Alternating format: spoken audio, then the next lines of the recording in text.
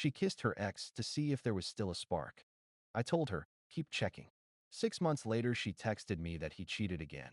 Now I'm engaged to a woman who knows fire doesn't need testing. It started as one of those lazy Sunday afternoons, the kind that used to feel like home. The smell of coffee still lingered in the kitchen, sunlight spilling through half-open blinds, and her laugh echoing from the living room as she scrolled through her phone. That sound used to be my favorite thing in the world. Until that day. We'd been together for 3 years. The kind of 3 years that went from fireworks to routines, movie nights, matching coffee mugs, inside jokes that only made sense to us. Or at least, that's what I thought. Her name was Qley. Sharp, funny, unpredictable. She worked in marketing, which meant she could spin words so effortlessly that you'd believe every one of them. I used to love that about her. I didn't realize until later that it also made her a professional liar. It started small, a name that kept coming up. Ethan, her ex. Just a friend, she said. We stayed civil. Don't make it weird. So I didn't. I wanted to be the chill boyfriend. The one who trusted. But the thing about trust is that it's not blind. It's something you build together. And for months, she kept chipping at it. Late texts, private jokes, inside references that I wasn't part of. Every time I asked, she'd sigh like I was interrupting her peace. You're being paranoid again, she said once, sliding her phone face down. It's just a message. He's engaged now. I nodded, pretended I believed her. Then came the night that split everything open. We were having dinner, quiet, comfortable. She looked distracted, spinning her fork in circles, barely touching her food. Everything okay? I asked. She hesitated, then set the fork down. I need to tell you something. There it was. That heavy pause, the kind that makes your pulse slow down before your heart catches up. She took a breath. I ran into Ethan last week, she said. We got coffee. It was nice to catch up. My stomach dropped, but I kept my tone even. Okay. Then she said it. The words that would burn in my head for weeks. I kissed him. Just once.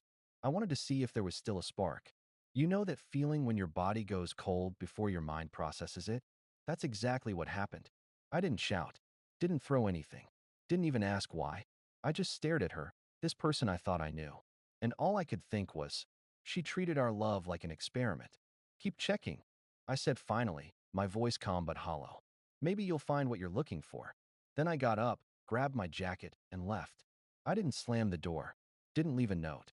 Didn't block her. I just disappeared from that apartment, from that version of my life, like smoke fading into the night. She called a few times. Texted me paragraphs that alternated between guilt and justification. It didn't mean anything. It was closure. You're overreacting. But I didn't respond. I didn't have to. Because for the first time in years, I realized silence can say everything words can't. That night, I drove until sunrise. No music. No destination. Just the hum of the road and the thought that maybe, losing her wasn't really a loss. I checked into a small motel 2 towns over. When I finally looked in the mirror, I barely recognized the man staring back. But beneath the exhaustion, there was something else, something fierce and unfamiliar. Peace. For the first time in a long time, I wasn't trying to prove my worth. I wasn't trying to keep someone who didn't want to stay. I was just done. The first few weeks after I left, Qley felt like trying to remember how to breathe. You don't realize how much space a person occupies, their laughter, their scent, their habits, until they're gone. The silence wasn't peaceful at first. It was loud, deafening. Every little thing reminded me of her. The way she used to hum off-key while brushing her teeth. The half-drunk cups of coffee she'd leave around the apartment. Even the playlists she made, filled with songs that suddenly sounded different now. It wasn't grief. It was withdrawal. Love, I learned, can be an addiction. I stayed in that motel for a week. Then 2. Eventually, I found a small apartment near the edge of town. Nothing special, just clean, quiet, and mine. Every morning I'd go for a run before sunrise, something I hadn't done in years. There was something healing about the empty streets, the cool air, the feeling of moving forward, literally and metaphorically. I didn't post anything online, didn't reach out to friends. I just existed quietly. That's when I started to rebuild. I poured myself into work, landed a new client, one that challenged me in ways I hadn't felt since college. I cooked for myself, badly at first, then better. I read more. I slept better. Day by day, The space she left behind became less about absence and more about opportunity. Then, one night, she called again. I saw her name flash on my phone. Qley. For the first time, I didn't feel anger. Just curiosity. I didn't answer. A few minutes later, a text arrived. Hey, I know you probably hate me, but I just wanted to talk. Please. Then another. I made a mistake. Ethan and I, it wasn't what I thought. He's already seeing someone else. And then the one that made me pause. I just miss you. I didn't realize how much until now. I didn't reply. It wasn't out of cruelty. It was clarity. Because what she missed wasn't me. It was the version of herself that she got to be when she was with me. Loved, supported, forgiven. And that version of her didn't exist anymore. She killed it the moment she kissed him. Weeks turned into months. I got promoted at work. Started collaborating with a new project manager, Lena. She was steady, intelligent, kind in a quiet way that didn't need attention. We'd grab coffee after meetings, talk about things that actually mattered: life, family, books, places we wanted to see. It wasn't romantic. Not yet. But it was easy. Real. I started to smile again. For no reason. Then, out of nowhere, Qley showed up. It was a Saturday morning. I was in line at a small cafe when I heard her voice behind me. You look good, she said softly. I turned around. She looked smaller, tired. Her eyes darted between me and the woman at the counter, Lena. It's been a while, I said. Yeah, I've been meaning to reach out again. Just wanted to see you. Her tone had that old sweetness, the one she used when she wanted something. How have you been? She asked. Good, I said simply. I meant it. We talked for maybe 2 minutes. Surface level stuff. Work, mutual friends, the weather. Then she said, do you ever think about us? I smiled faintly. Sometimes, but not the way you mean. Her face fell, and then Lena came back with our coffees. She smiled at Qley, not knowing who she was. Hey, ready to go? Lena asked. Yeah, I said. Let's go. We walked out together, and I didn't look back. But I could feel Chloe's eyes burning holes in my back as we left. That night, she texted me again. She's pretty. She looks kind. I'm glad you found someone. Then, a second later, I wish I hadn't tested that spark. I didn't respond. Not because I wanted to hurt her, but because that was the closure she'd never give me, and I didn't know her the comfort of hearing that I'd forgiven her. A few weeks later, I ran into her again, this time by accident. She was with her friends, laughing, pretending everything was fine. She saw me, hesitated, then turned away. I realized then that she'd never truly understand what she lost. Not until years later, when the noise faded and the silence hit. And by then, I'd be long gone. Update that it had been almost 8 months since Chloe's confession. 8 months since that quiet night when she admitted she kissed her ex to see if there was still a spark. 8 months since I walked away and never looked back. But the thing about the past, it doesn't always stay buried. Sometimes, it knocks at your door, dressed like a stranger but sounding awfully familiar. It started with a text. Hey, I just saw your name on LinkedIn. Congrats on the promotion. You always deserved more than what I gave you. I stared at it for a while. Not angry, not even tempted, just indifferent. That's when I realized I'd really healed. Because indifference, that's peace wearing armor. Still, curiosity made me scroll through her profile. Her smiling face in new photos. A different guy beside her, not Ethan this time, someone new. But her captions told a story her smile couldn't hide.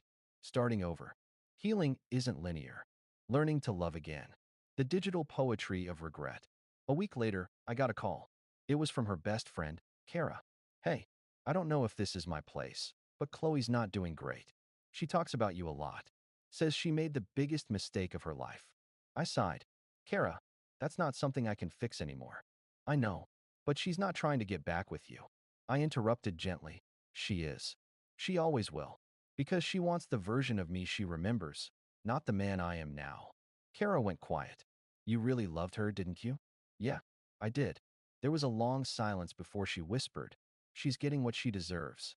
Maybe. But I didn't feel satisfaction. Just a faint sadness. Meanwhile, my life was moving quietly upward. Lena and I had started seeing each other properly. Not rushing, just letting it grow. She was the kind of person who didn't need to fill silence with words. When she was near, everything felt still. We cooked together, laughed easily, planned trips we never rushed to take. For the first time in years, I wasn't waiting for the other shoe to drop.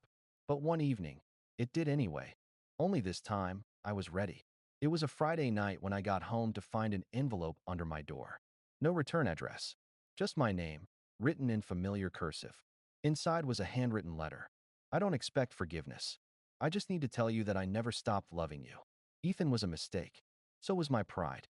I've been in therapy, trying to understand why I ruin the things I care about. I see you with her now. You look happy. I'm glad.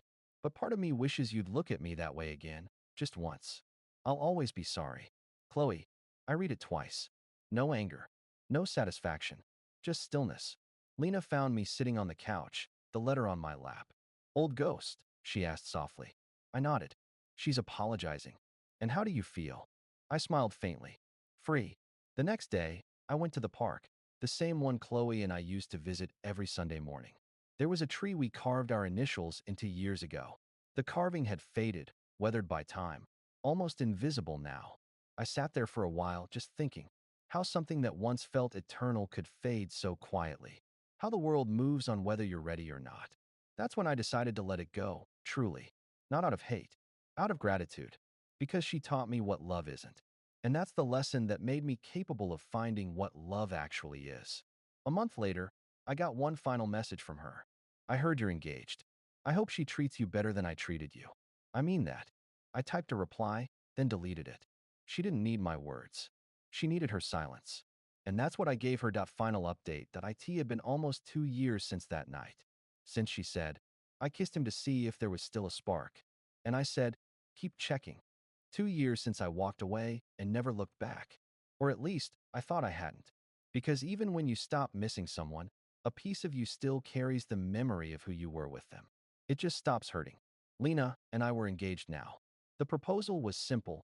No fireworks, no grand gestures.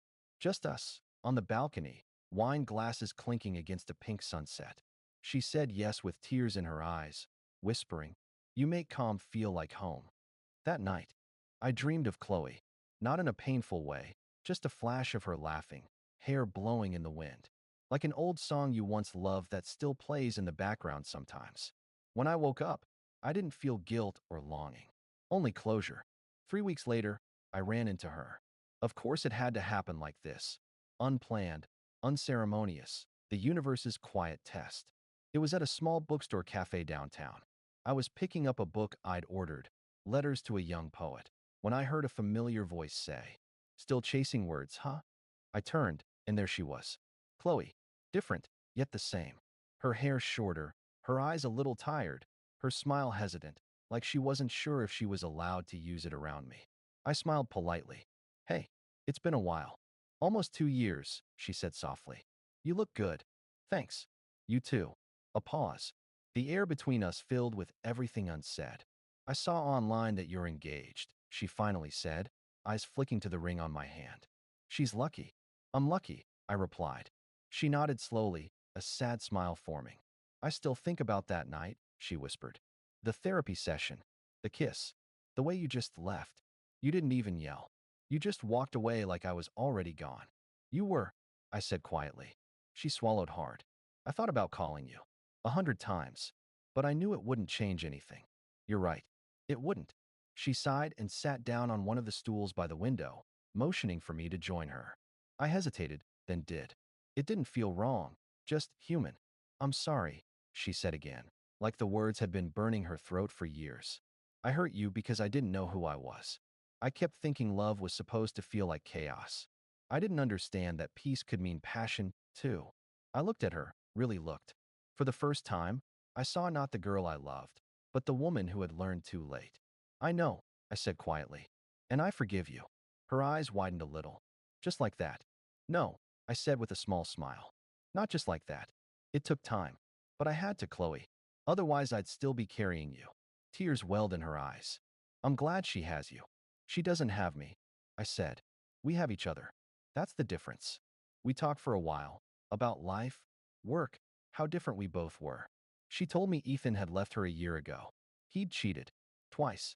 And that it broke her, but it also forced her to rebuild. Funny, she said bitterly. I thought karma would take longer. Karma doesn't rush, I said. It waits for the lesson to stick. She smiled faintly. Guess I learned mine. After a pause, she asked, are you happy? More than I've ever been. She nodded slowly. Then I guess I can live with that. When I got up to leave, she looked at me with that old softness again. You were my favorite mistake, she said quietly. I smiled sadly. And you were my hardest lesson. We stood there for a moment, both knowing this was it, the real goodbye we never got. I walked out first. This time, she didn't follow. That night, I told Lena about it. She listened, no jealousy in her eyes, just quiet understanding. Closure, she asked. Yeah, I said. For both of us. She smiled. Then let it stay closed. And I did. A few months later, I saw Qley's name one last time, in an engagement announcement online. She was marrying someone new. He looked kind, genuine. Her smile, for once, didn't look forced. I stared at the picture for a while, then closed the tab. No bitterness, no nostalgia, just peace.